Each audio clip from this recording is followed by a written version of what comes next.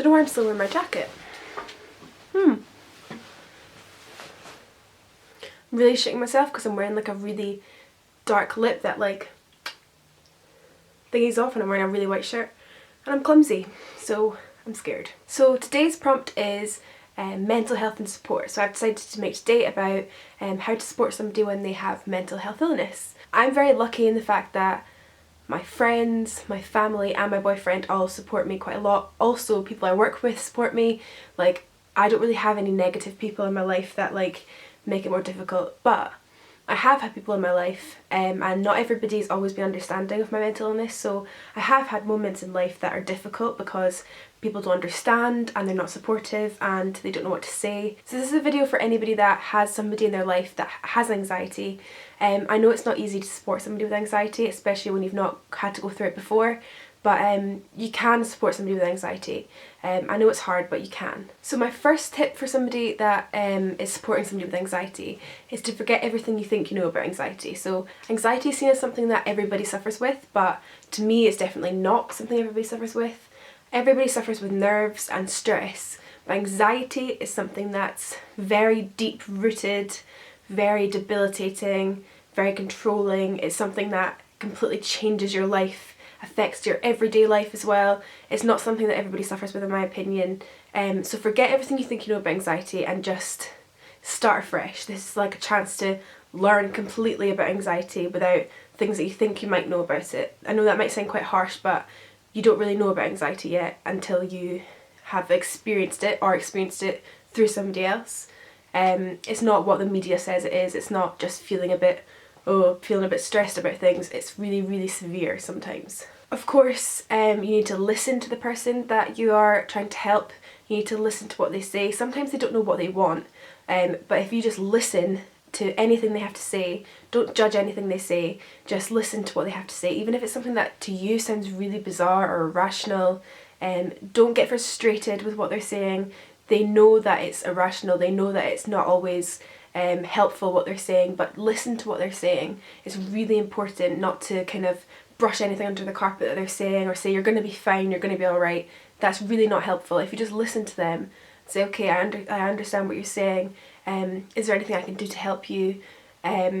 Just listening to what they're saying, I think, is the most important thing you could do to help somebody with anxiety. The next thing that's really important, so ridiculously important, is to not put any pressure on somebody with anxiety. So for a long time, people around me put a lot of pressure on me.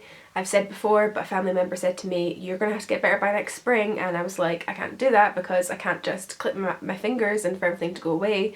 Even when you think you're encouraging somebody with anxiety, sometimes it can be a lot of pressure for them, saying, oh, you can do this, you need to go uptown, you need to do these things to get better. That's so much pressure for somebody. The best way to help somebody with anxiety is to just say, okay, you can do whatever you like. You just do what you need to do right now.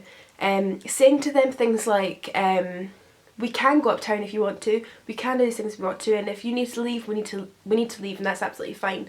My boyfriend does that with me a lot. He'll say like, and my friends a lot as well, will say, okay, you can come uptown with us, or you don't have to if you don't want to, but you can come up, and as soon as you need to leave, if you start feeling anxious, if you have a panic attack, then you can just leave and it'll be absolutely fine. Knowing you're not in an environment that somebody will judge you for leaving or feeling anxious is really great for somebody with anxiety. If they know that the people around them understand that they aren't completely like them, they aren't completely well, can really help them. It doesn't mean that you have to baby them, it doesn't mean you have to say, oh, are you okay all the time, it doesn't mean you have to constantly look after them, but just letting them know, if you need to leave, it's okay.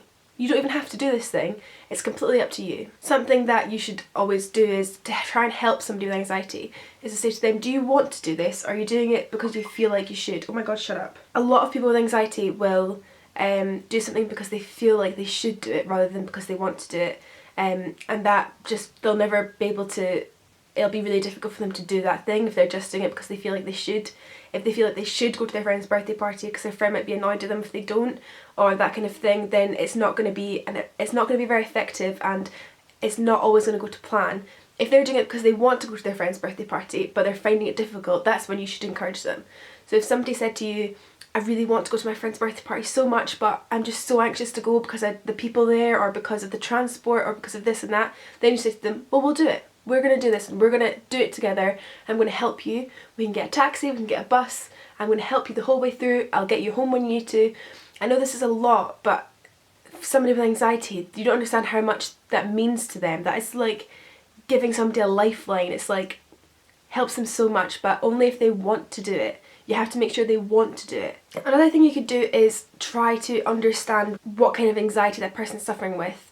Anxiety is a word for something that has a lot of subjects from it, if that makes sense. So somebody with anxiety can suffer with generalised anxiety, OCD, social anxiety, agoraphobia, emetophobia. They could have any kind of phobia. They could be try and understand what exactly that person is going through, because that will help you to understand how you can help them. So for example, I had agoraphobia for a while. One of my really best friends found out I had agoraphobia and knew that I struggled to leave the house, and she would come to me and just meet me for like 5-10 minutes just to kind of be like, I'm still here, everything's still okay. And that was like the best thing that she could possibly do. She would never say to me, oh, why can't you come out? Let's just do it. Like, it's not that hard. She would never say things like that to me. She'd just say, okay, I'll come to you. And let's just sit here for a little bit in your garden and then I'll go. And that was just the best thing somebody could possibly do. So finding out what kind of anxiety that person's suffering with can help you understand what you can do to make them feel better. I also suffer with emetophobia, and something that my boyfriend does quite a lot and my parents do quite a lot is saying, you're never going to be sick. You're not going to be sick. You're not going to be sick from being in a car. Nothing bad's going to happen from this. Reassuring the person that the thing they're scared of, it probably isn't going to happen. And if it happens, it's not going to be nearly as bad as they think it's going to be. Something else you have to do for somebody that has anxiety is you have to be quite forgiving. They could plan to meet up with you and go for a coffee, or they could plan something together and it might fall through. And it's not because that person doesn't want to spend time with you, it's not because that person doesn't want to be around you at all, it's because that person has suddenly realised what they're about to do and realised how stressful it's going to be. Everybody with anxiety is totally different, everybody has different kind of thresholds, everybody has different way that they cope with it and they know their limits. But for some people, they will be like, yeah, I really want to go for that coffee, that sounds really good, that sounds so fun, and then actually realise, oh my god, I can't do that, there's going to be those people there, or I might be sick, or I'm going to have to get a taxi there and I can't deal with taxis, or I hate buses, or then they start to realise what they're actually got themselves in for and they're not up for it, and that's totally fine. You need to be able to say that to them, okay, that's fine, we can go for a coffee nearer you, or we can do it another day, or that's fine. You need to be very forgiving and understand it's not because they don't want to spend time with you at all, it's because they need to do what's best for them sometimes. Imagine your biggest fear times 1,000,000 times your first day at school times your first day at work. That's how anxious somebody with anxiety feels on a daily basis. And it can be really hard for them to let you down, so just try to let them know that they've not let you down and that you understand it's because they have anxiety and it's not because that you know they don't want to not spend time with you. I'm really struggling with words right now. You need to remember that somebody with anxiety is not going to be a magical overnight, they're going to be completely cured. It's going to take a long time for somebody with anxiety to get better. Things you do can really help them get better, but just because you're putting a lot of effort to try and make them feel better, it doesn't mean that it's going to immediately work. Anxiety, we don't really know what anxiety is. We know that it's maybe chemicals in the brain that aren't working as well, maybe it's traumatic experiences they've had before, but for everybody it's very different, and I don't really know why I have anxiety, but I do.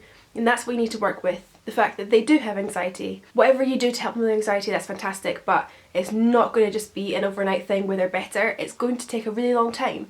I'm 20 now and I've had anxiety since I was 10, and I'm at a point in my life where I am a little bit better, touch wood, but I am cured. Me and my boyfriend can't go on holiday, we can't move out, we can't do things yet, but I'm starting to be at a point where we used to never be able to go on dates, and now we can go on dates. We can go to the cinema and go out for meals. You might be at the point where you can't do that with your loved one yet, but you will get to a point where you can if you show them enough support.